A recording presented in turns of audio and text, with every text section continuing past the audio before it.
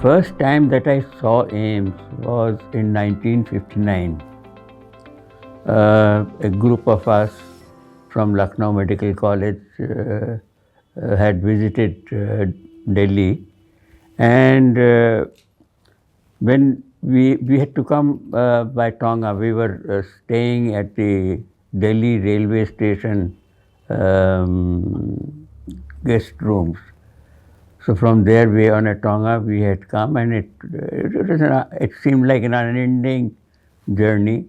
And after Safdarjung airport, there was scattered buildings. Otherwise, there was still village-like atmosphere till we reached Safdarjung Hospital. Then it used to be called Military Hospital. The American military had set up that hospital, and in front of that was AIIMS. And there, when we saw that, and our first reaction was, my God, such a place which is hopelessly long distance away from the center of the city, and who will come here? And of course, we saw, buildings were still in the process, although the medical teaching had started, undergraduate MBBS teaching. Well, that was 59, and I still remember going back and telling all my friends, my God, they are building a national hospital at a place so far away from Delhi that it's going to be an utter failure. Well, next was again an accidental visit to AIIMS. It is I had come to give an interview for what eventually became NIMHANS at Bangalore in the Public Service Commission. And I was staying in the campus of AIIMS with a friend of mine. And he said that why not let's see Dr. Baldev Singh and Dr. P.N. Tandon. Dr. Baldev Singh was the senior most neurologist in the country. He was one of the senior most. And Dr. P.N. Tandon had just joined a couple of months back.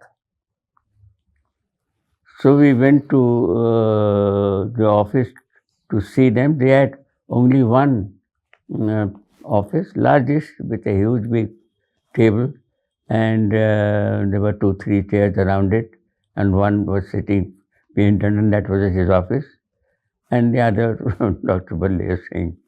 I'm specifically telling you this because I'll come to something which is quite,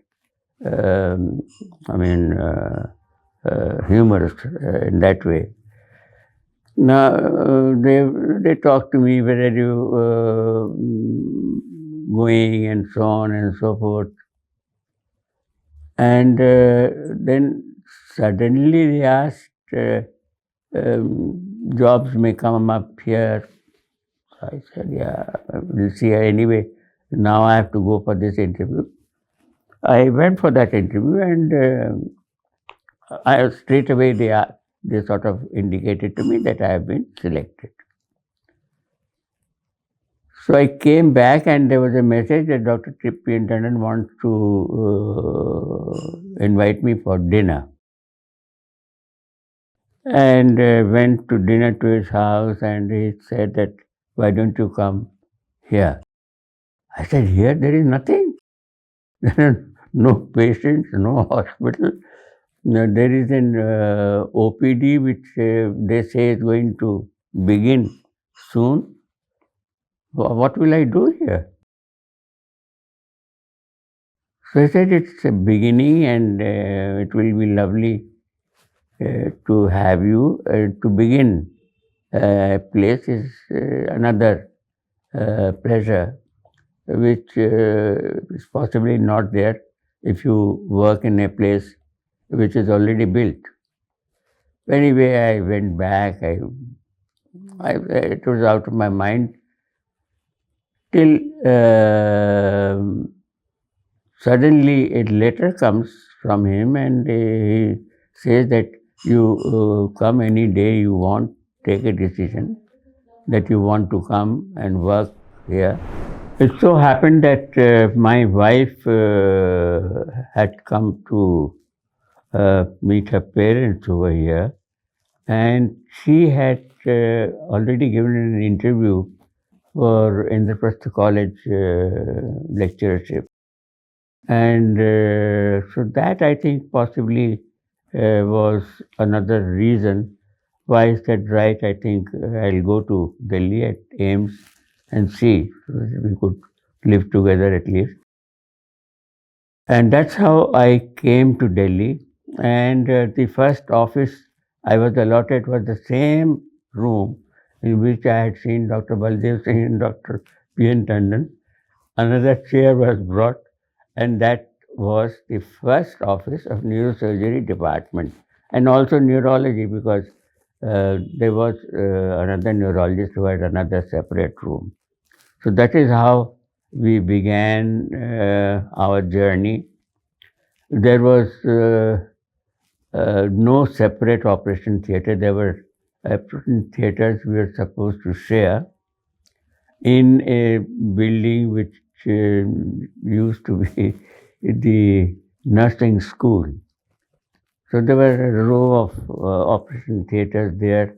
In one of them, we were there. We had no beds at all, so that anybody who wanted to, or even if we wanted to admit a neurosurgical patient, we had to borrow beds, mostly from neurology, and they were very gracious, and we could work there.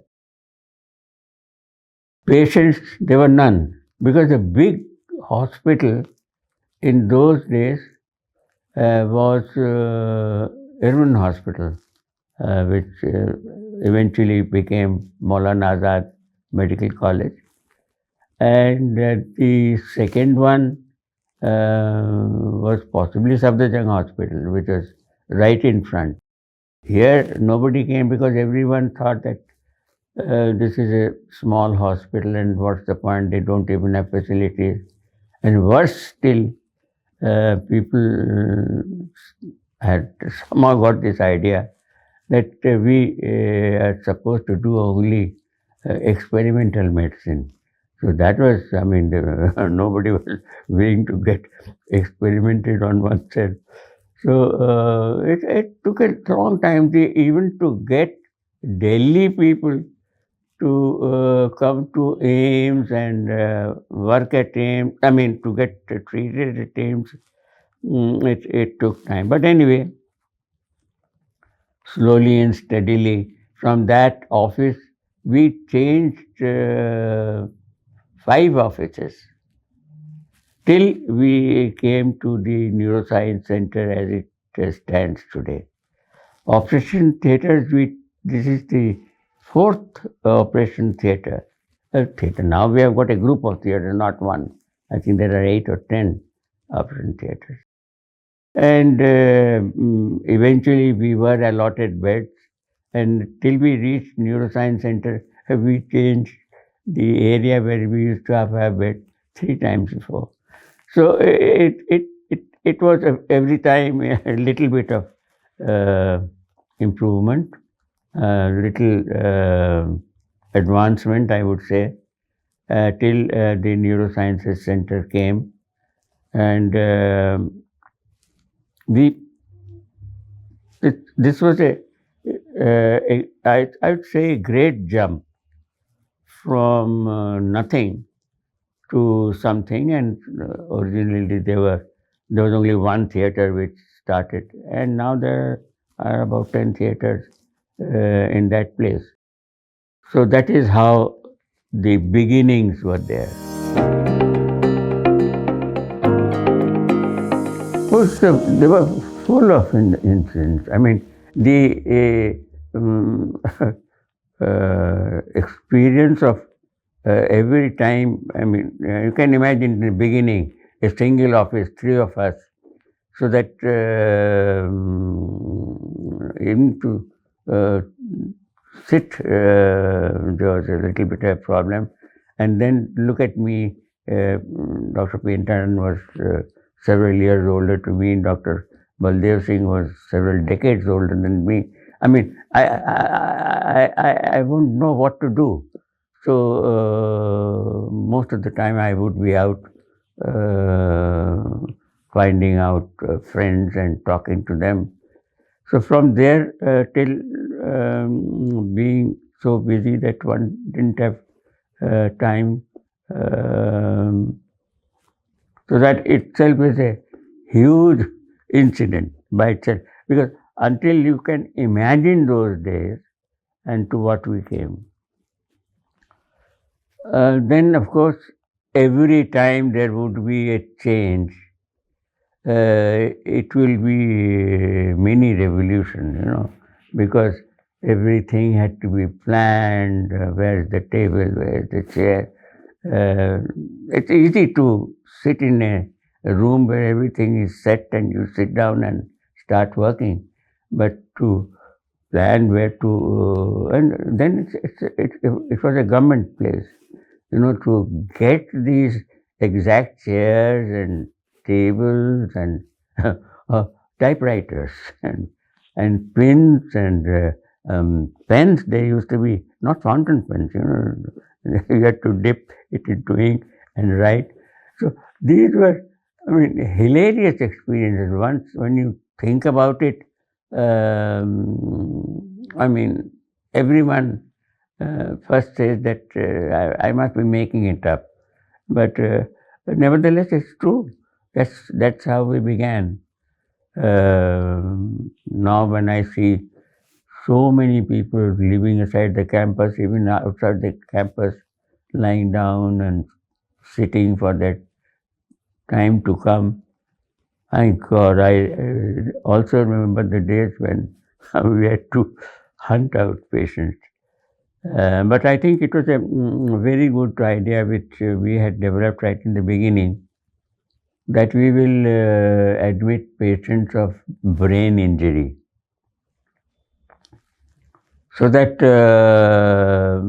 brain injury patients getting primarily treatment by neurosurgeons, that was the first thing which happened, which slowly brought from injuries, of course, happened then also, not like now, but they used to happen.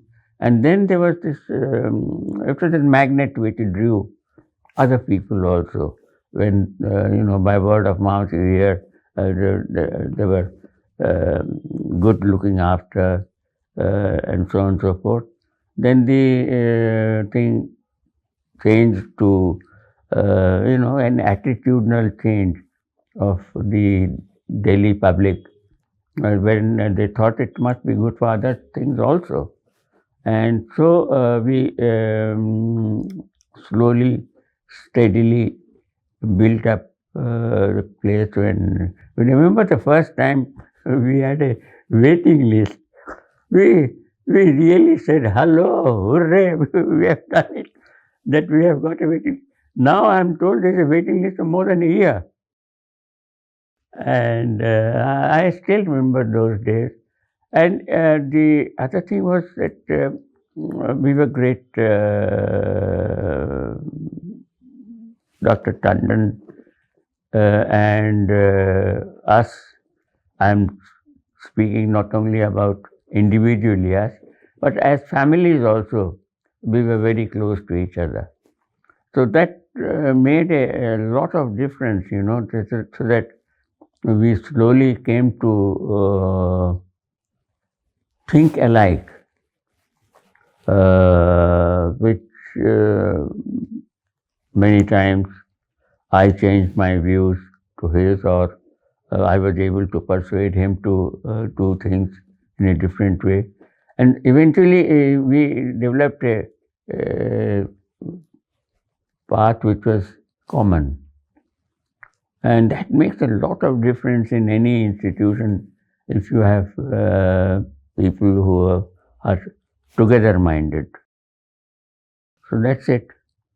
Then the second major thing that we did was, of course, we started training neurosurgeons. That also was a coincidence. The first trainee Dr. Brahm Prakash is no more, unfortunately. He had just left the army. Was on a short service commission as a surgeon. And he came to meet me socially. And he said that, look, I'm married and I am now after the army thing, I am staying with my in-laws now for the last 2 months or 3 months.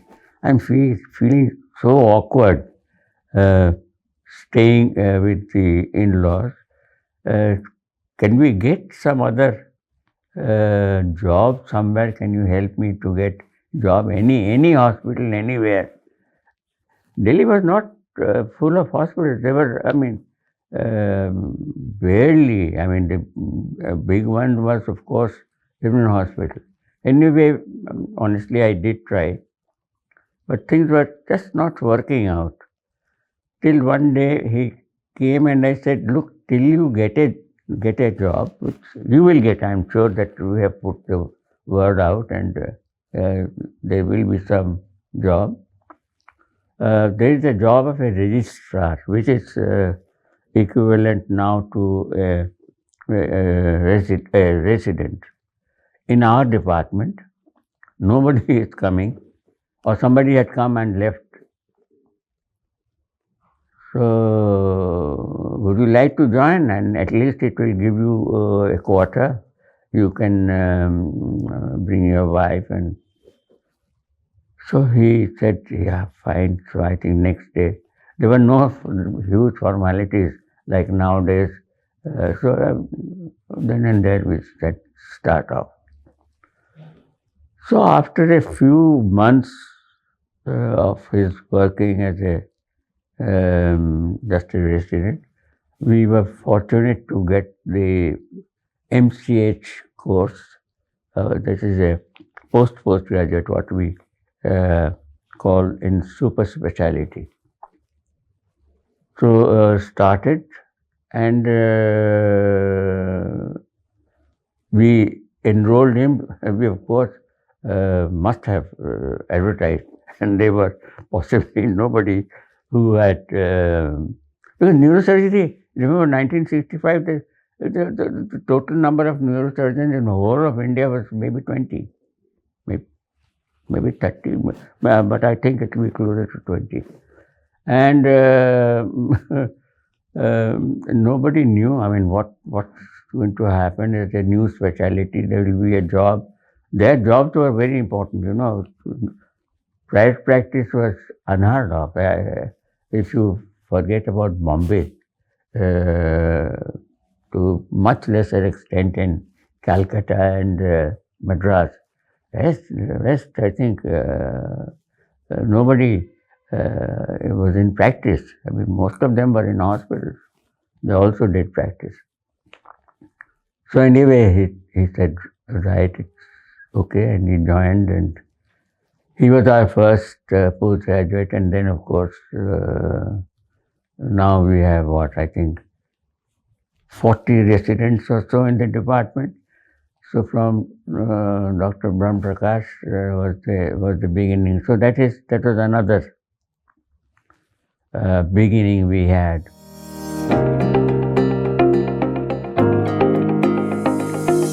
The other thing which we had done was that we used to be, very eager to do mini conferences, workshops, seminars, and the first one I think we did in '68. Then, by coincidence, there was this annual conference of Neurological Society of India. That was a body of people working in neurology, neurosurgery, etc. So there was some problem which I forgot in 1968, and because of the problem of the place where it has to be done, by default it had come to us. So and we took it up, And imagine 65 we had started, and I'm talking of 67. And 67 we did a conference, of course. The conference was what? Conference of 30 people, or maybe 40 people, maybe less. And we did it. We did it successfully, and we got into this circuit. We knew, I must say, um, how to do a conference. I had learned it, and then, of course, there was no going back. We did so many small conferences, and the conferences have got a very wonderful thing about educating people, educating the public, also that there is something called neurosurgery. What does it deal with? What happens? What is required? So that the both in the medical circle and also in the publics, this recognition of a subject, what it does, what are its capabilities, what are its possibilities. It started growing, and that was a big thing. We had inside neurosurgery,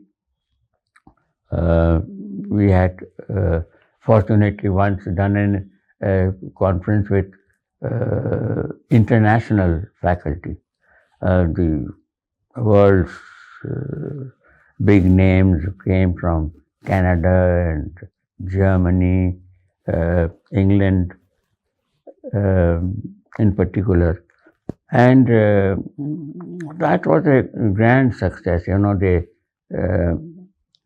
showed newer types of surgery on new things which we had not started yet.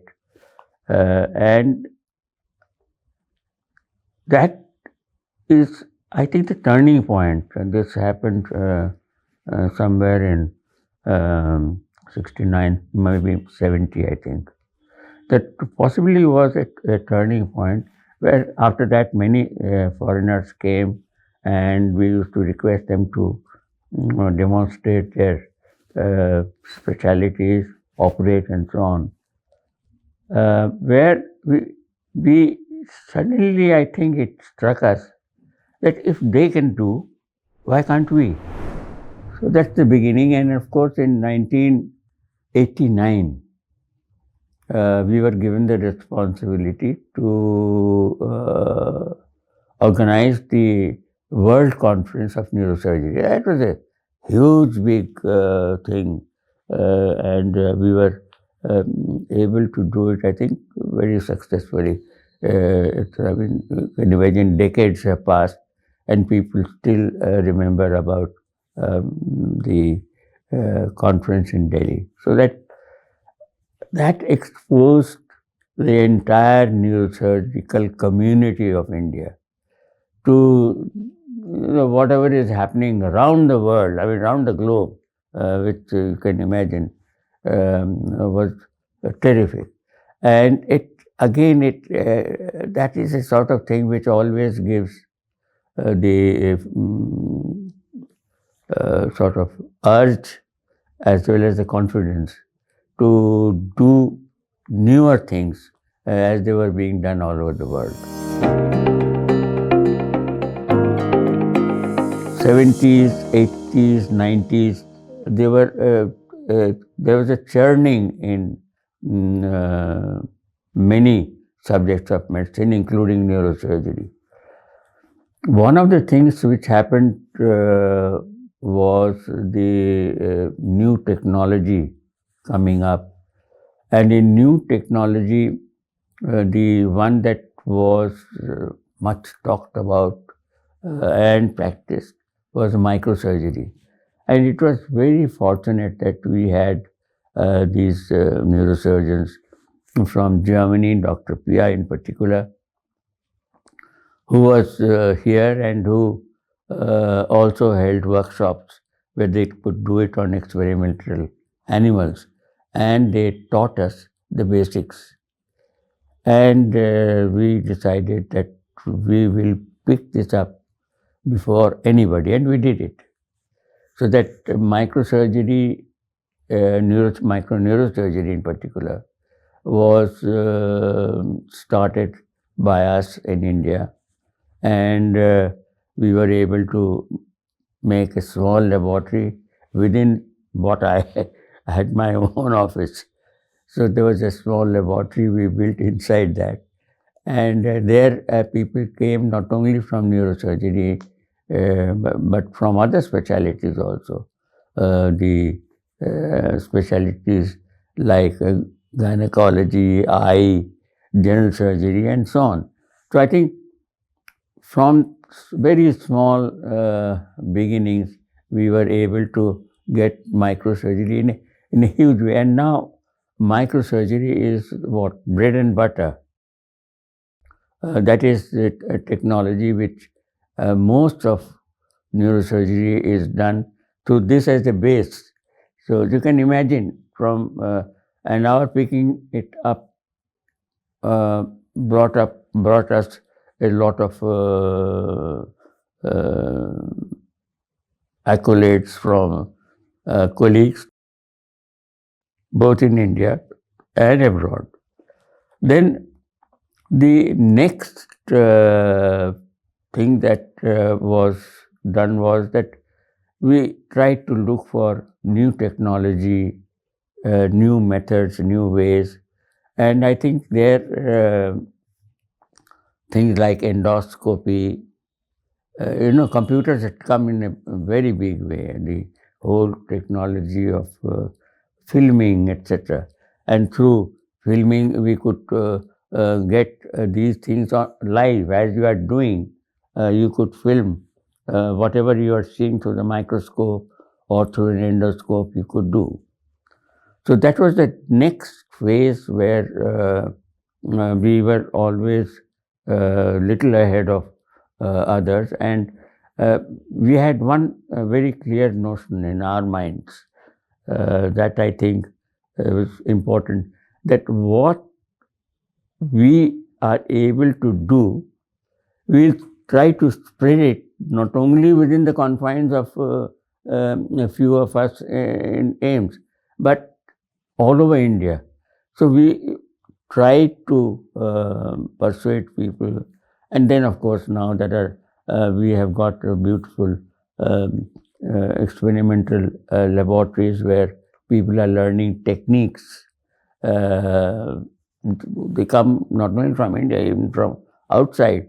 Many people come, and there is a continuing thing about improving yourself by not directly operating on human beings, but on animals, and you are able to improve your hands, your techniques to do a better job on human beings when you eventually do that. So that was. Now we have got a beautiful over all the I have left 30 years back AIIMS, and in these 30 years they have built a beautiful skills laboratory where on models, etc. They do, and it has taken heavy use of technology, new techniques, how to use the microscope better, how to use other newer techniques like endoscopy, etc. in a better way. So that is the last few decades, I think, have been, there's been our small beginnings at AIIMS, they really have flowered up.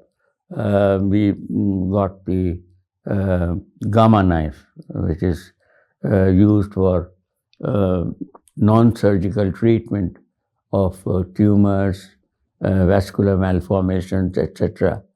So this is another, we were not the first. Of course, the first was one of our own trainees at Basant Misra at Bombay. But we were the second, and we have since done a huge number, enormous number of cases without operating on various things in the brain. Then we developed this, see, 90s started, maybe middle 80s or end 80s, 90s, it started subspecialization. So you can imagine when I started, neurosurgery itself was a subspecialty of surgery. And now in 90s, it is developing subspecialties.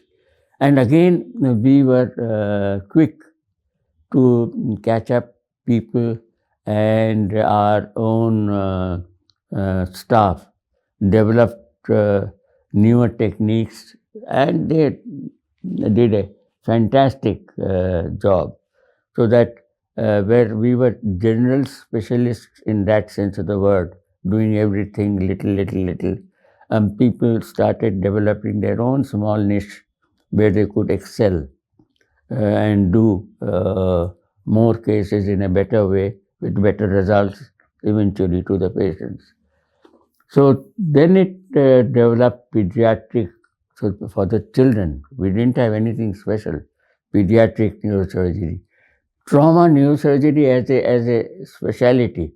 We developed a trauma center in which neuro is one of the important specialties. Then the specialties like spine surgery, peripheral nerve surgery. Our colleague Dr. Mehta,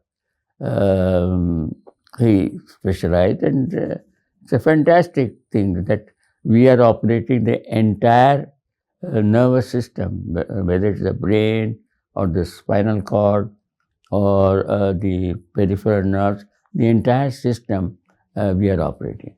The one which I think is now quite in the forefront is epilepsy surgery.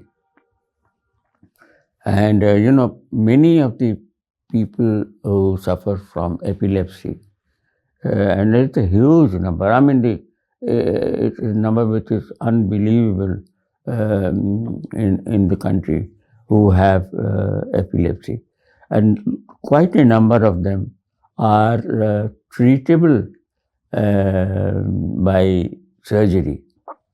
So that this has been a long effort which we started in a very small way, but now it is, we have reached the status of an advanced, virtually a training center for epilepsy. So like that, at each level, vascular surgery, for example, you must have heard of strokes.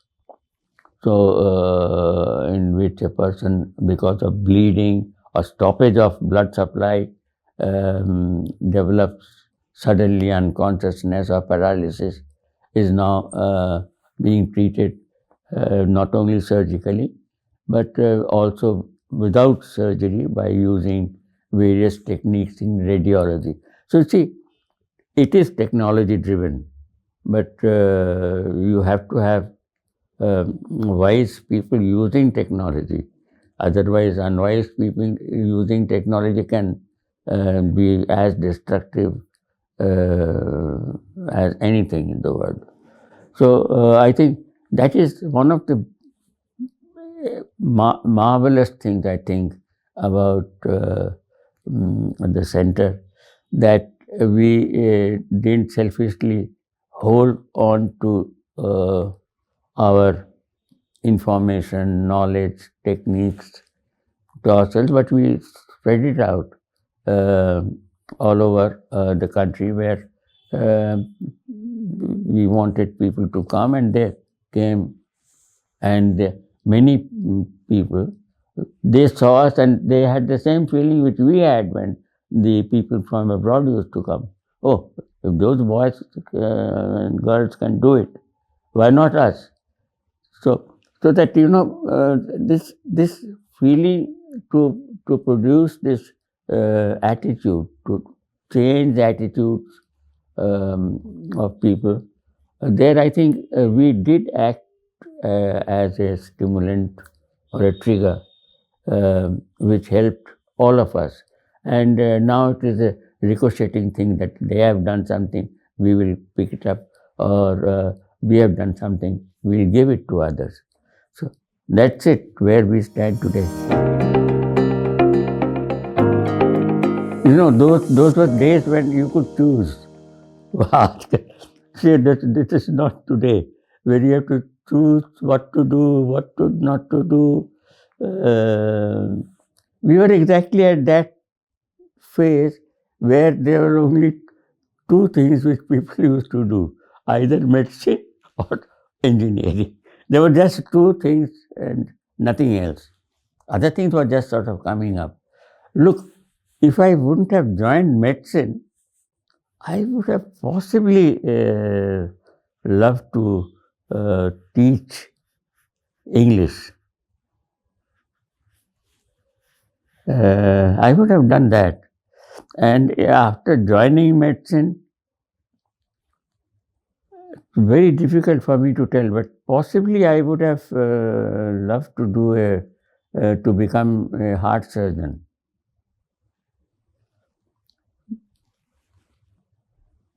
But very difficult, you know. Now it's easier to ask than to answer such a question. Because now it seems I possibly was made for neurosurgery, made for each other.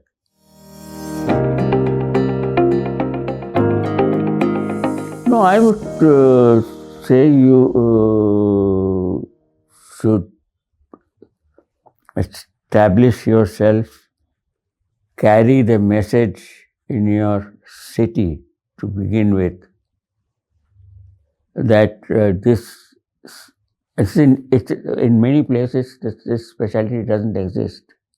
Some places it exists in a skeletal way. So I would say that try to get the people in your city that neurosurgery is possible, it is required, and it is safe. Second thing is, establish yourself and try to improve. It certainly, each one of us, we have that room where we should improve. Dedication is important for that. Time is required for that. Families invariably suffer. But I am very happy that this generation doesn't have to go through that amount of time and, shall we say, the pleasures of life. So that is a good thing, that the new generation is able to manage those things. Of course, we manage many times. I must tell you, it is the spouses and family who had suffered because of our work thing. So that has changed. It's changed for the better. People now know exactly what is required, and they try to move towards that. I would say that remember that neurosurgery is not everything in life. It is a lot of your life. It's not everything. Don't forget, there are people who are looking up to you, looking for your company. So don't forget that. That's the last thing that I would say.